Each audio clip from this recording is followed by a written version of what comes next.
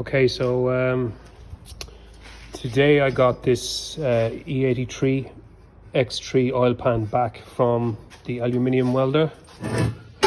So a couple of people on the Instagram and also through the YouTube channel asked me to just, if I could make a video of the finished product, just as they're thinking of doing it themselves, but I'm pretty happy with the job the guy did on it. Let me show you the inside of it real quick. So these two pieces of metal are two pieces that Michael King, who's a neighbour of mine in this industrial estate, he made them up for me to fit in. You'll see that on the other pictures on the Instagram on Range Rover P38 IRL. So he had them made up for the aluminium welder, which made his job a little bit easier. So if you can imagine, well, you'll see pictures of it on the Instagram. This E83, this was a kind of an armored structure here, I suppose, to give the pan a lot of its strength. This was up as far as my hand here. That had to be chopped.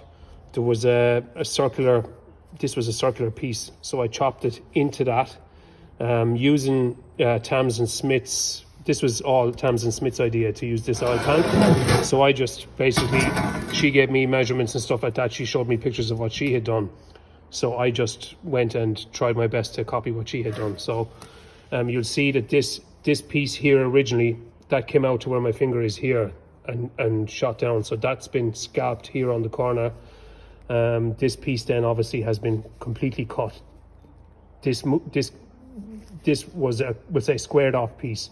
So I'm probably losing, give or take, a half a litre of oil. And what Tamsin has done to compensate on hers for the loss of oil is she has boxed out this section here. Because Tamsin's P38 conversion, hers is more of a rock crawler, you know, for extreme off-roading and stuff like that. She's running 35s on hers, whereas mine is more of a road-going vehicle. I personally don't feel the need to box out mine because I'm never really going to be doing anything too crazy on it. I'm just gonna increase the oil by give or take half a litre and see what it looks like inside, and I'll get the E83 dipstick then to suit this box, or to suit this oil pan, and we'll go from there.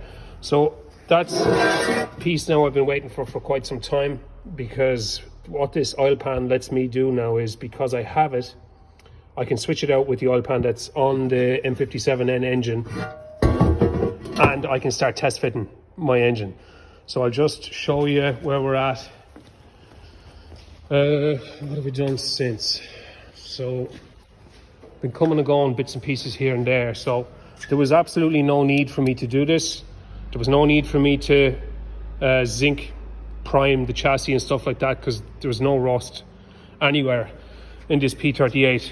But I just did it anyway. I put a couple of coats of zinc primer in it. I gave it a quick lick of paint and what have you. So the gearbox, since the last video I've made, the gearbox, I showed you the setup with the gearbox, made it to the Borg Warner transfer case. That's up and it's in at the moment. The cab is still a little bit of a shit show, but I'll show you. This is where she sits at the moment. So I got that finished, that shifter. That's all done inside. Now, once I actually connect the engine, we'll say, to the gearbox, this will lift a little bit as the engine brings the front of the gearbox down. So this isn't necessarily its final resting place, but you get the idea anyway. I still have my blend motors to do here.